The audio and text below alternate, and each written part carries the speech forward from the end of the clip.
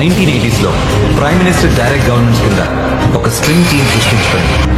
Initially it was called a prince garden and later on black squad అని పేరు మార్చబడింది. Black squad pilot batch లో 11 members ఉండేవాడు. దాని head commander agent Vikram.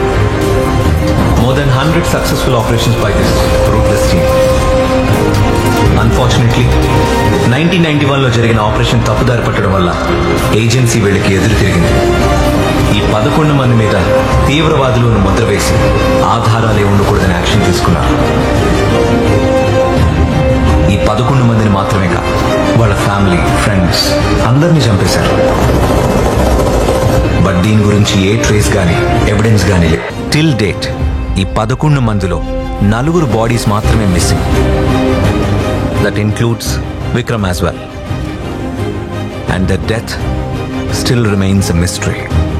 So దీన్ని బట్టి చూస్తే నా ముందు ఆ ముసుగు తీసింది, పాత రికార్డ్స్లో చనిపోయినట్టు ఉన్నది, ఇట్స్ యువర్ మ్యాన్ విక్రమ్.